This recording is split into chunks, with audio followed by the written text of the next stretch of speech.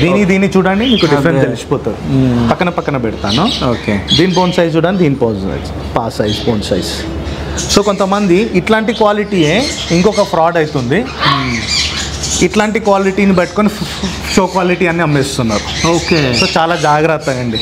ఇందులో cross breeds ఉంటాయి. ఎట్లా అమ్ముతారంటే ఇట్లా మొత్తం రౌండ్గా తిరిగి ఉంటాయి. ఓకే, ఏది దాని టైల్ అంతా ఇట్లా రౌండ్గా ఇట్లా తిరిగి ఉంటాయి. అది ఒరిజినల్ కాదు. ఓకే, ఇట్లా కొంచెం కోట్ ఉండాలి. కోట్ లేకుండా చిన్న కోట్ ఉంది అనుకోండి, ఇంత చిన్న కోట్ ఉంది అనుకోండి, అది కూడా ప్యూరిటీ కాదు. అండ్ టైల్ అనేది ఇట్లా మొత్తం ఇట్లా రౌండ్గా తిరిగి ఉంటే అది క్రాస్ బ్రీడ్. అది క్రాస్ బ్రీడ్. ఒకవేళ ఇప్పుడు ఇది మొత్తం ప్లెయిన్ గా ఒకటే కలర్ ఉంది, కొంచెం white and golden colour change అవుతుంది. అది కోట్ కలర్, అది ప్రాబ్లం లేదు.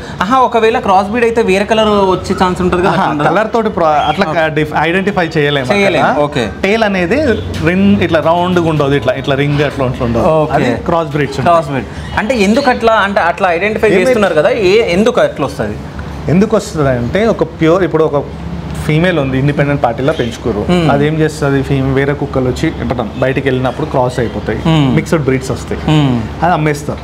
ఓకే, సో అట్లాంటివి కూడా కొంతమంది ఇట్లాంటి థర్డ్ క్లాస్ పనులు కూడా చేస్తుంటారు. సో గోల్డెన్ అని చెప్పి అమ్మేస్తారు. చిన్నప్పుడు ఊరుకొక పిల్ల కూడా క్యూట్ ఉంటుంది. అవును. సో అది పెరిగినాక దాని ఫీచర్స్ బయట పడుతుంది. అప్పుడు తీసుకున్నాక వాళ్ళు అప్పుడు బాధపడతారు క్లయింట్స్. అట్లా చాలా మంది నా దగ్గరకు వస్తారు, వేరే షాప్లో తీసుకున్నా.